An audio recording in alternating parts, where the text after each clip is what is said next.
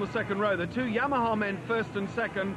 All the front men are within the existing lap record held by Mackenzie. Llewellyn going well on the other yellow Ducati, and uncharacteristically James Hayden down there on the third row with McPherson and Sean Emmett. Best of the privateers, number 16 Max Vincent.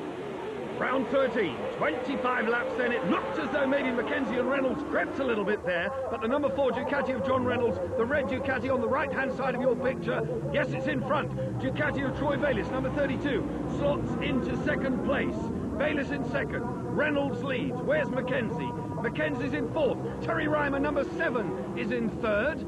And Hyslop right on the back of Mackenzie. Just 1 point separating these two in the championship. I remind you, Steve Hyslop, number 11, the only rider to score consistently in every single race so far in the 1998 season. It's a short, sharp dash round Knockhill, a little over 50 seconds, so well inside the minute. Steve Parrish, it'll be an easy course to learn. It is an easy course to learn, but it's very hard to set your bike up at. You'll see it's very, very bumpy, and the bikes are jumping around everywhere.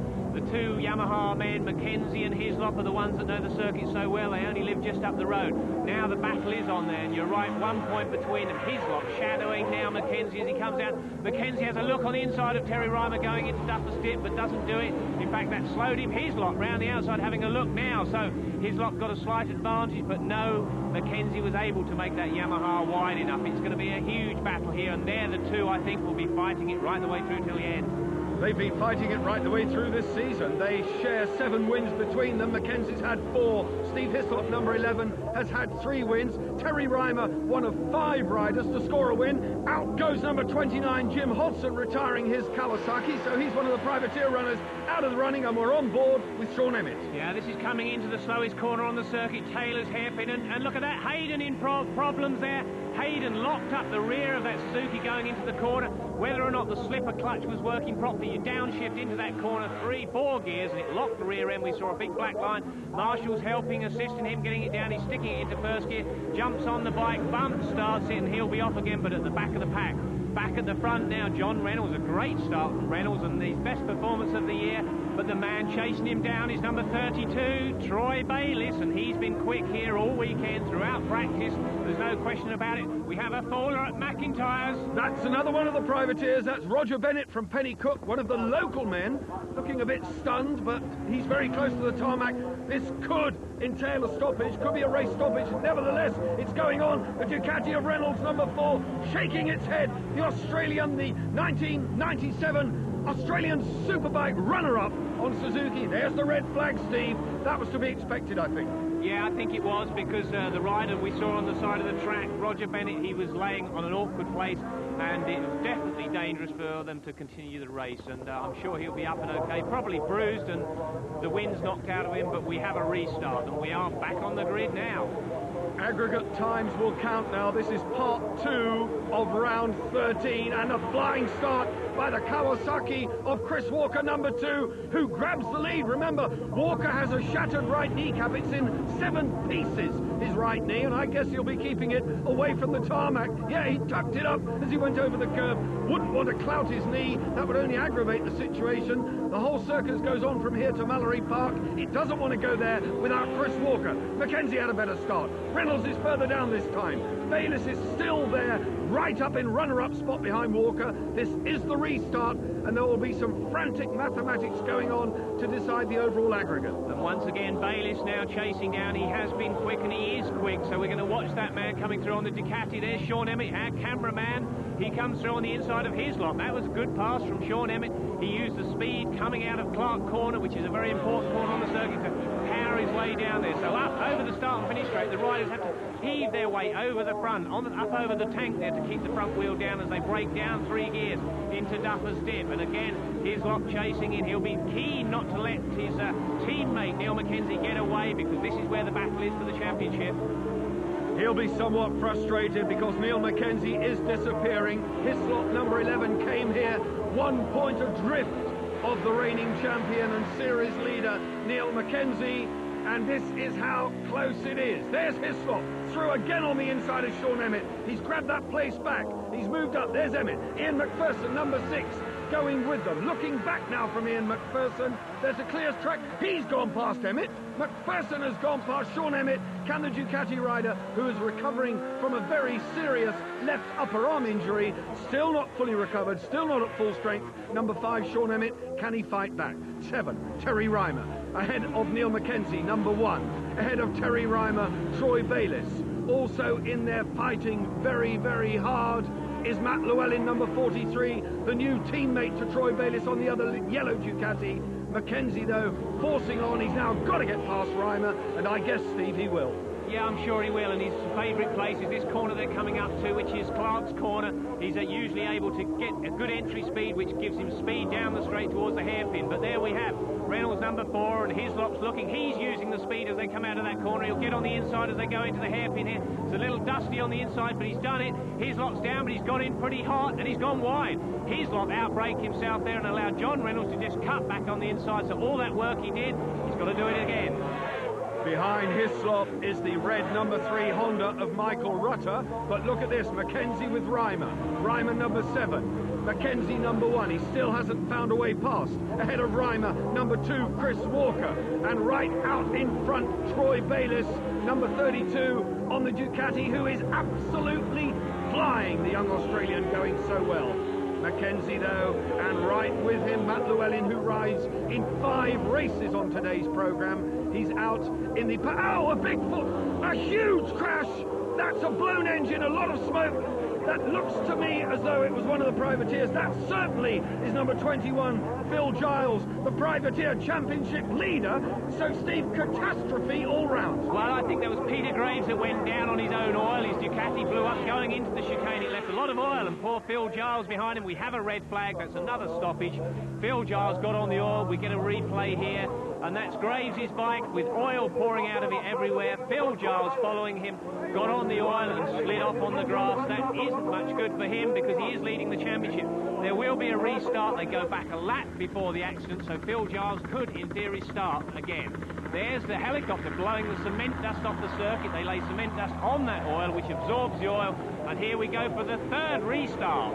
Round 13, restart number 3, Troy Bayliss, number 32, with Chris Walker alongside. So the 2 young guns here, they are very fiery. Between these 2, they could definitely pose a threat to the Yamaha supremacy in the 1998 season, and they are away now. They've got a cushion. Number 5, Sean Emmett, is behind them. These times will be added to the times in the first 2 efforts in round 13, and the whole race will be decided on aggregate time, and I wouldn't want to be the man doing the calculation.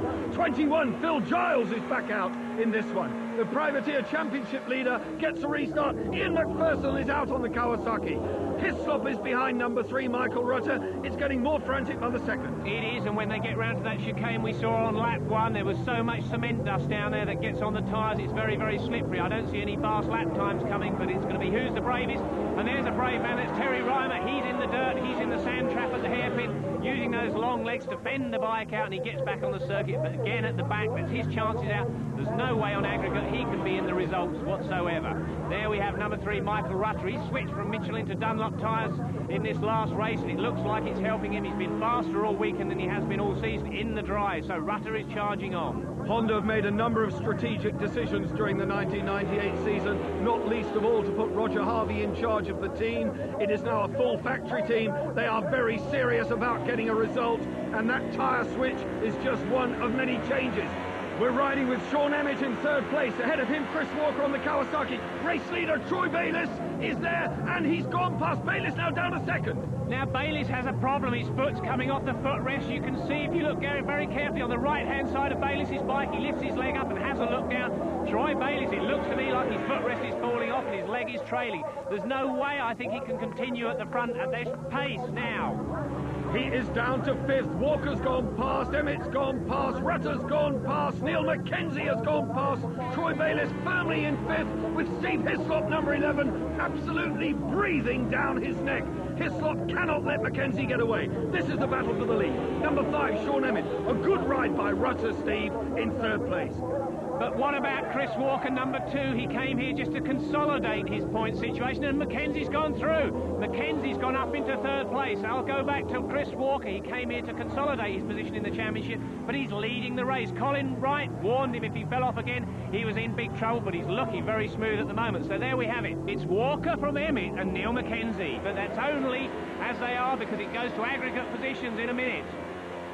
Top 2 men nursing injuries. Emmett, we're riding with Sean Emmett now, fully expecting to see Neil Mackenzie appear somewhere, but he's closing on the back, down through Duffer Stiff. The right-hander now of McIntyre's. Walker number 2. Emmett is on the inside. Sean Emmett leads. He is one of the other 5 riders to have won a race this year. Is it going to be victory number 2 in the overall aggregate for Sean Emmett? Michael Rutter storming on. Mackenzie has gone past Walker. Mackenzie now going for the lead. Steve Hyslop is getting further and further and further away and seeing his championship hopes evaporate. Mackenzie on his way to title number 4. But this is only the halfway point of the season. He's on the inside of Sean Emmett. A wonderful, masterful piece of riding from Neil Mackenzie, the 37-year-old veteran, and that Ducati, Steve, is very quick. Yeah, he didn't get a good drive out there. Mackenzie didn't come out the hairpin very quick, and we saw the Ducati gain as it went over the top of the hill, but Mackenzie now has to stretch that advantage. He needs to get away from the pack if he wants to win this race overall. Number 5, Emmett, I think is going to get tired. He still has that horrendous arm injury. This is a very, very busy circuit. No time to relax, so if Emmett can keep up this pace, I'll be surprised. We can still see the cement dust there. Look, it's even on the tyre. Emmett went really wide there, and now Hyslop's gone down. Hyslop went into the back of Emmett. Emmett nearly lost it as he went into chicane.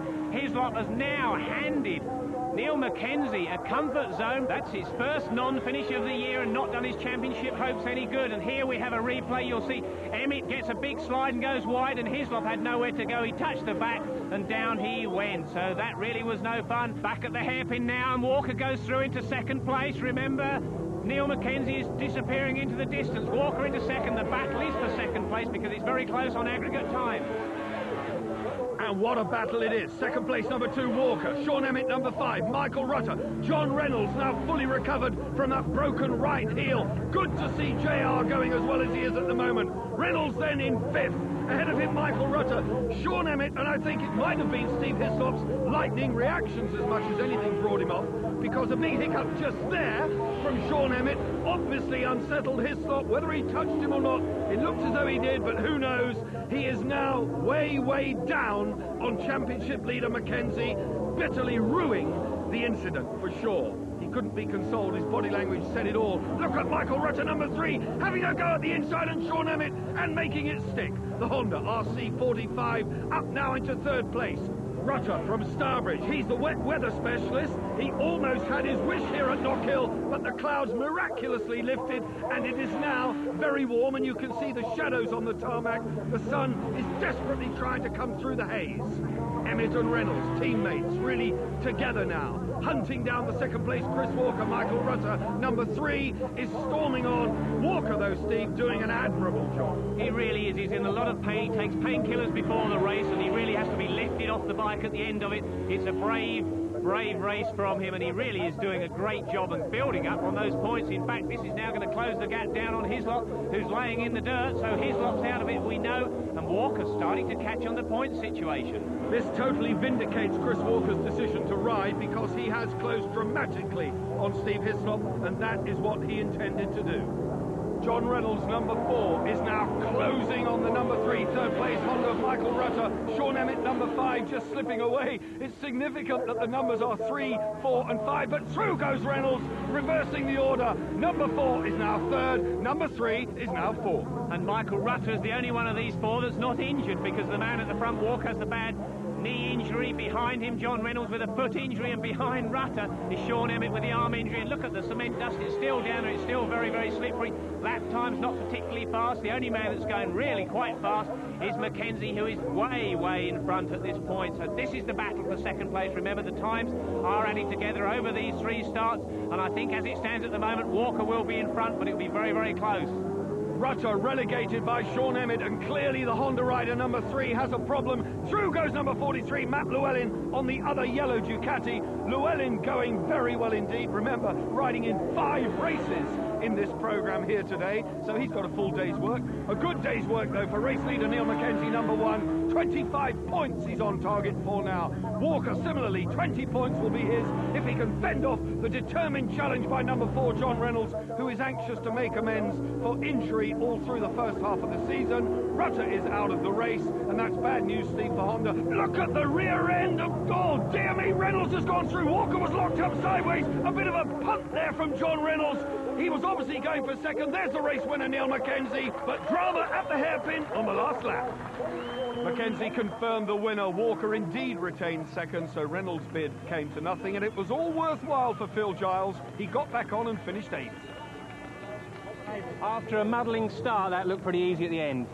Yeah, it's always easy when you win, or you get over the line first, especially when you've got 5 or 6 seconds, but I'm not sure Troy Bayliss would have given in that easy. He was setting a hot pace at the front, and I was pretty sure I could track him down, but Big fell off his bike or something, and unfortunately he was out.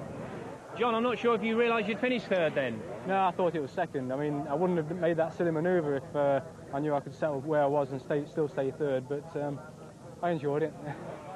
26 points now the gap by which Hyslop trails Mackenzie, and Walker, it was well worthwhile scoring those 20. James Hayden's still in 5th. Troy Bayliss and John Reynolds did his chances a power of good. He's on 90.